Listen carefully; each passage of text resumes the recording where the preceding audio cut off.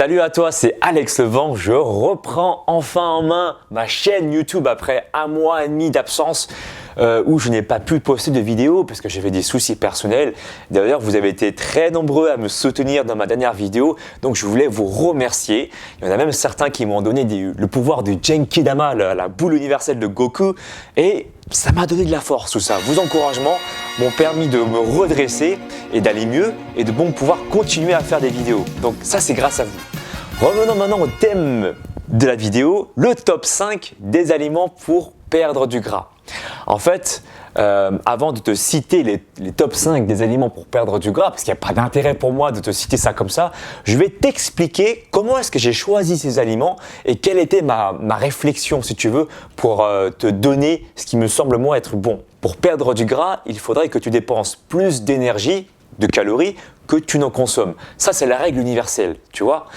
Mais en fait, si tu veux, les choses ne sont pas aussi simples que ça et on ne doit pas s'arrêter à ce simple raisonnement parce que sinon, tout le monde perdra du poids très facilement. Or, en France et partout dans le monde d'ailleurs, en tout cas dans beaucoup de pays, le taux d'obésité, il augmente. Pour moi, je reste persuadé qu'il y a des aliments qui vont te permettre de perdre du gras et d'autres aliments qui vont, à l'inverse, t'apporter juste des calories vides, c'est-à-dire sans intérêt nutritionnellement parlant. Quels sont donc les aliments qui vont te permettre de perdre du gras?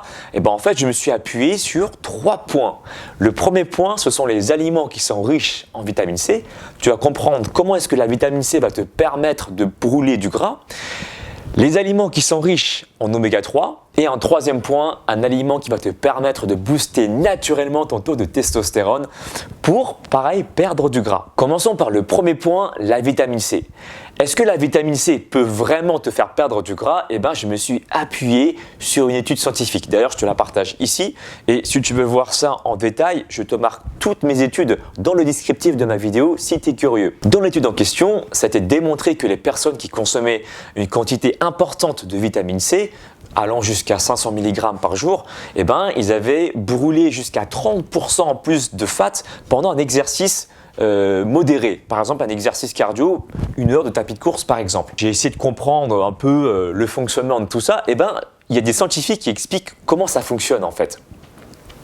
Tu vois, en fait, pour brûler du gras, ton corps, il va transporter les acides gras, donc le fat, dans une usine centrale pour brûler justement le fat et produire de l'énergie, qu'on appelle l'ATP. L'ATP, c'est l'énergie que tes muscles utilisent, tu vois.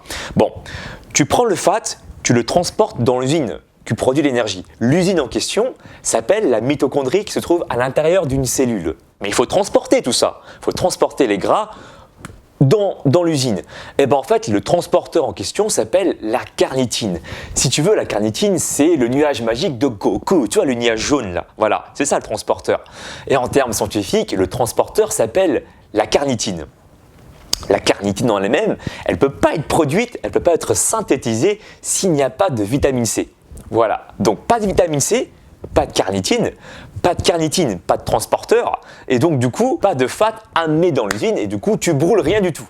Donc c'est pour ça que quand tu consommes beaucoup de vitamine C, tu peux, dans un sens, brûler plus de fat. Par contre, j'ai pu constater dans mes recherches qu'au niveau du dosage, des recommandations, en fait, il y a tout et n'importe quoi. Certains organismes français te recommandent de consommer jusqu'à maximum 110 mg par jour de vitamine C. Alors que quand tu manges 5 fruits et légumes par jour, tu arrives normalement à peu près à 200 mg par jour de vitamine C. Tu vois, donc tu es déjà presque au double de ce qu'on te recommande. Donc déjà, il y a un petit souci. Du coup, j'ai approfondi mes recherches sur la vitamine C et je suis tombé sur des spécialistes de la vitamine C qui ont même écrit des bouquins dessus. Il y en a un que j'ai retenu comme nom, c'est Balz Frey. Alors Balz Frey, il est professeur de biochimie et directeur de l'Institut Linus Pauling à l'Université de l'Oregon. Lui, il recommande de consommer minimum par jour 400 mg de vitamine C pour le fonctionnement normal de ton corps. Et certains même disent que la vitamine C serait le chef d'orchestre de toutes les réactions biochimiques de ton corps. En français, ça veut dire que si tu n'as pas de vitamine C, ton corps ne fonctionne pas bien et il ne peut pas réagir à toutes les réactions chimiques, notamment la perte de poids et tous les processus biochimiques qui puissent exister si tu veux. D'autres médecins comme le docteur Pierre Courson, lui, il recommande de diluer 2,5 g de vitamine C dans 1 litre de bouteille d'eau. Maintenant, on va rentrer dans un débat et je t'invite à me dire ce que tu en penses dans la barre des commentaires. Si tu es spécialiste dans la vitamine C ou dans la micronutrition, eh ben, tu es la bienvenue. On dit que lorsque tu consommes une orange par jour, ça te suffit pour avoir en fait ta dose de vitamine C.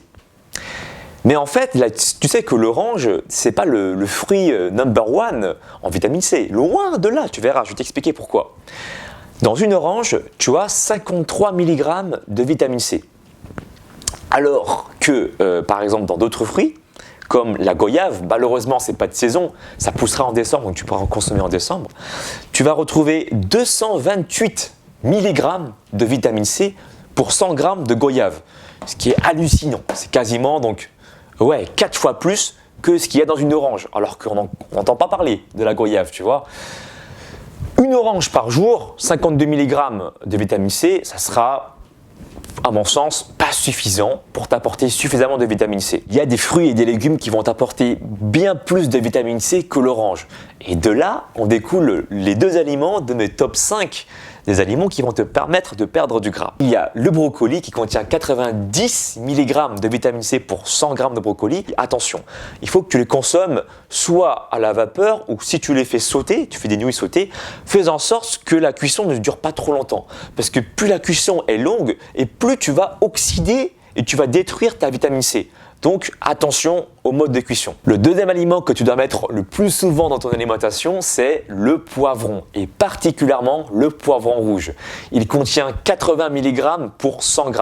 Et pareil que pour le brocoli, il faudrait que tu le consommes idéalement cru ou légèrement cuit pour préserver justement la vitamine C, sinon elle est détruite. Évidemment qu'il y a d'autres aliments qui sont également très riches en vitamine C, mais voilà, pour rentrer dans le top 5 des aliments, commence par la base, commence par quelque chose de facile.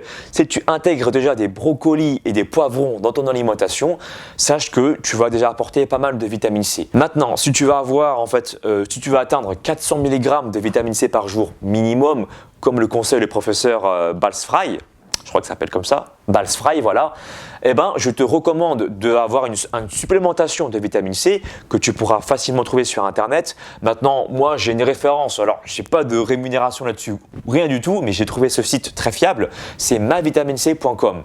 Tu vas dedans et puis tu commandes justement une supplémentation de vitamine C pour atteindre justement 400 mg par jour ou jusqu'à 2,5 g par jour. Et pour te rassurer, si tu fais une surconsommation de vitamine C, déjà il faut le faire parce que la vitamine C tu n'en trouves pas de partout.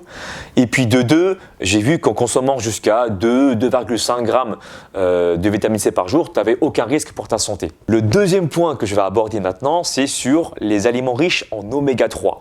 Dans les études que j'ai pu voir, les oméga 3 favoriseraient en fait la lipolyse.